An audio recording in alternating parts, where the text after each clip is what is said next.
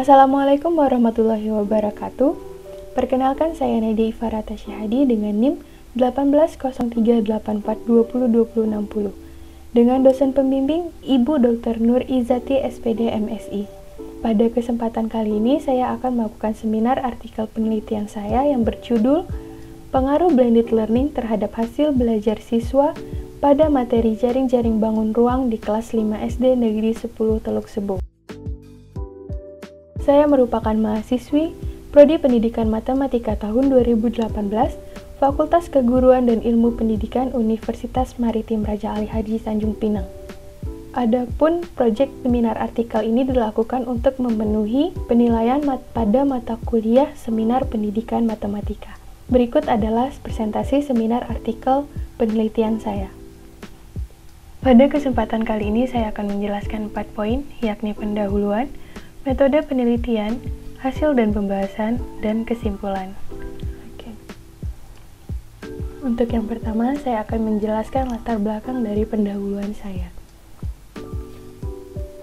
Berdasarkan Undang-Undang Nomor 20 Tahun 2003, pendidikan adalah usaha sadar dan terencana untuk mewujudkan suasana belajar dan proses pembelajaran agar peserta didik secara aktif dapat mengembangkan potensi dirinya untuk memiliki kekuatan spiritual keagamaan, pengendalian diri, kepribadian, kecerdasan, akhlak mulia, serta keterampilan yang diperlukan dirinya, juga masyarakat, bangsa, dan negara.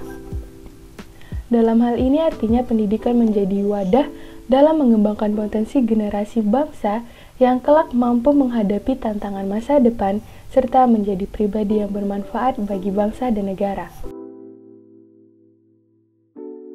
Pandemi COVID-19 saat ini telah menyebar ke seluruh dunia secara global dan menimbulkan efek global yang meresahkan, di mana menimbulkan ketidakpastian dalam seluruh aspek kehidupan. Dampak dari pandemi COVID-19 juga dirasakan dunia pendidikan. Sulitnya guru dalam menyampaikan pembelajaran secara jarak jauh dan peserta didik yang kurang mampu memahami materi yang diberikan, serta merasa jenuh dalam memahami materi dalam bentuk penugasan. Salah satu cara yang dapat dilakukan guru adalah menyampaikan materi secara daring, yakni dengan memanfaatkan teknologi informasi dan komunikasi, serta menggunakan media pembelajaran yang mudah dijangkau oleh peserta didik, guna untuk memastikan terjadinya proses pembelajaran yang efektif dan efisien. Saat ini ilmu pengetahuan dan teknologi informasi dan komunikasi atau TIK berkembang sangat pesat. Menurut Hartini 2014, perkembangan teknologi diharapkan mampu membawa perubahan besar di berbagai bidang. Salah satunya adalah dalam bidang pendidikan. Perkembangan teknologi informasi dan komunikasi serta penggunaan teknologi komunikasi dan informasi dapat meningkatkan kualitas pembelajaran karena dapat merancang penyampaian materi yang menarik perhatian peserta didik sehingga pembelajaran dapat berjalan dengan efisien dan efektif. Pembelajaran menggunakan teknologi informasi dan komunikasi dapat dilakukan menggunakan model pembelajaran blended learning. Menurut Dwi Yogo dalam M. Kurniawati 2019, model pembelajaran blended learning merupakan pembelajaran yang mengkombinasikan cara penyampaian pembelajaran melalui kegiatan tatap muka dan pembelajaran berbasis komputer secara offline dan online. Artinya dalam pembelajaran blended learning ini, siswa dapat mengulang materi dimanapun dan kapanpun. Endoragan dalam Handayani menyatakan bahwa geometri merupakan salah satu bidang penting dari matematika yang memiliki efek penting pada perkembangan keterampilan kreativitas peserta didik dalam pembelajaran matematika. Dalam pembelajaran geometri dibahas bangun datar dan juga bangun ruang. Menurut Handayani, siswa sekolah dasar harus memahami konsep-konsep tersebut dengan baik. Oleh karena itu, materi geometri salah satunya pada materi jaring-jaring bangun ruang harus dipelajari dan dipahami dengan baik oleh siswa agar dapat melanjutkan pembelajaran pada topik berikutnya.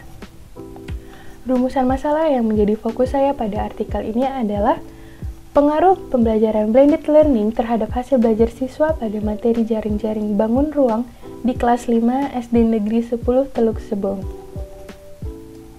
Adapun tujuan dari penelitian ini yakni untuk mengetahui pengaruh blended learning terhadap hasil belajar siswa pada materi jaring-jaring bangun ruang di kelas 5 SD Negeri 10 Teluk Sebung.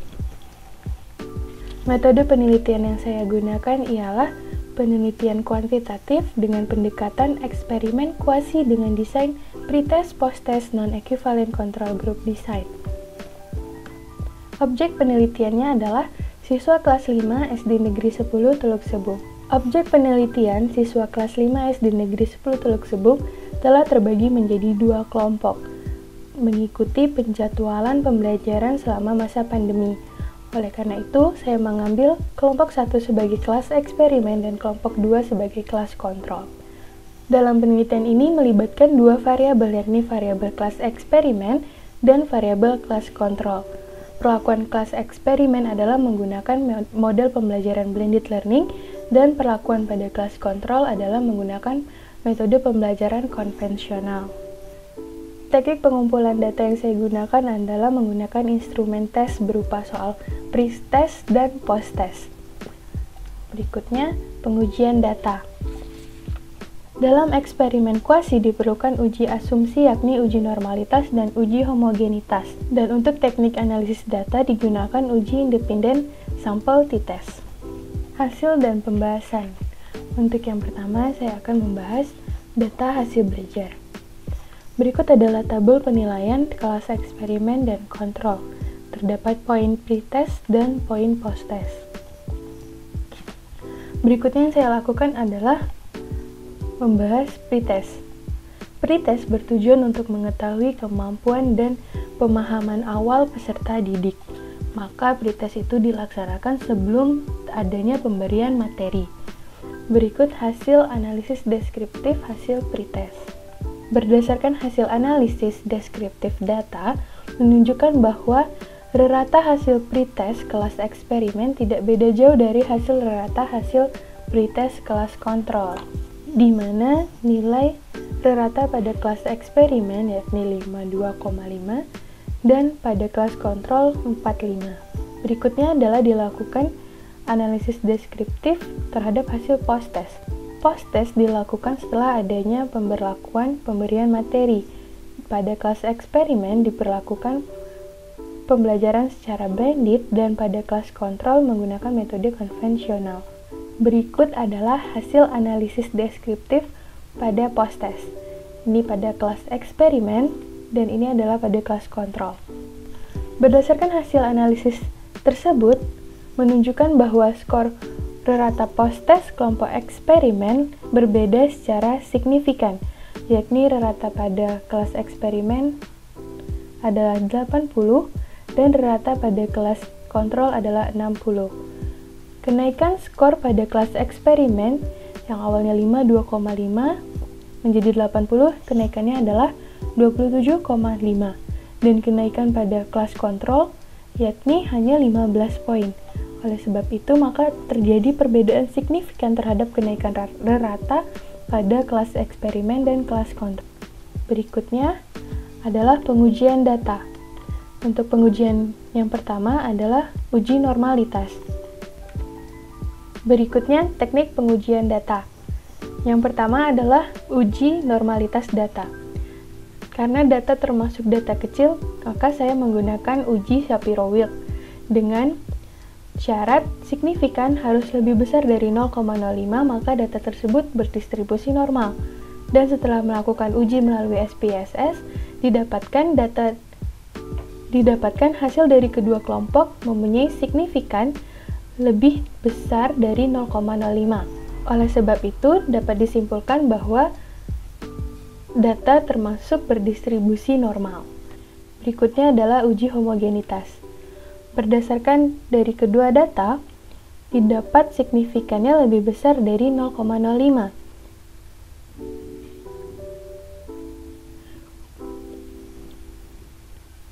Dengan demikian, dapat disimpulkan bahwa data adalah homogen.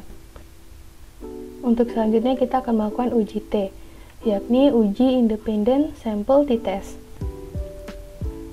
Berdasarkan hasil data uji T ini, nilai signifikan T lebih kecil dari 0,05. Dengan demikian, data signifikan. Analisis data uji T menggunakan independent sample t-test digunakan untuk mengetahui apakah ada perbedaan dari kedua kelompok dan menunjukkan kelompok mana yang lebih unggul. Berdasarkan data post-test kelompok eksperimen dan kelompok kontrol, ketentuan yang digunakan dalam pengujian ini yakni menggunakan nilai signifikan to tail, di mana jika ia lebih kecil dari taraf signifikan 5%, maka H0 ditolak, yang berarti adanya perbedaan akibat dari perlakuan. Yang kita dapatkan dari data bahwasanya nilai signifikan to tail yakni adalah 0,01, di mana lebih kecil dari taraf signifikan 0,05, sehingga pada data tersebut H0 ditolak, yang berarti hasil belajar menggunakan blended learning lebih unggul daripada hasil belajar konvensional pada peserta didik kelas 5 SD Negeri 10 Teluk Sebung pada materi jaring-jaring bangun ruang. Hal ini menunjukkan bahwa menggunakan blended learning mampu memberikan gambaran materi dengan jelas dengan adanya video animasi pembelajaran yang dapat diakses oleh siswa kapan saja dan di mana saja. Peserta didik dapat mempelajari dan juga mengulang materi kapanpun dimanapun. Peserta didik juga diberikan kesempatan untuk bertanya kepada guru baik secara daring maupun luring. Hal ini memudahkan peserta didik untuk dapat lebih memahami materi. Materi yang mudah dipahami tentu akan memberikan hasil belajar yang baik. Dengan demikian, blended learning dapat memberikan dampak positif terhadap hasil belajar dalam pembelajaran jaring-jaring bangun ruang menggunakan video animasi dengan hasil belajar yang lebih tinggi daripada pembelajaran secara konvensional. Perbedaan rata skor post-test pada kedua kelompok menunjukkan bahwa penggunaan blended learning lebih efektif dalam meningkatkan hasil belajar siswa. Berikutnya adalah kesimpulan dan saran. Berdasarkan hasil analisis data dan pembahasan, maka hasil penelitian ini dapat disimpulkan bahwa hasil belajar siswa kelas 5 SD Negeri 10 Teluk Sebung pada materi jaring-jaring bangun ruang yang diajarkan menggunakan blended learning lebih tinggi daripada hasil belajar siswa yang diajarkan menggunakan pembelajaran secara konvensional. Adapun saran, dalam penelitian ini, guru dapat menggunakan model pembelajaran blended learning dengan memaksimalkan media pembelajaran dan menyesuaikan materi yang akan diajarkan agar proses pembelajaran berjalan dengan efektif dan efisien sehingga penerimaan dan pemahaman peserta didik terhadap materi itu menjadi meningkat dan dapat mempengaruhi peningkatan hasil belajarnya.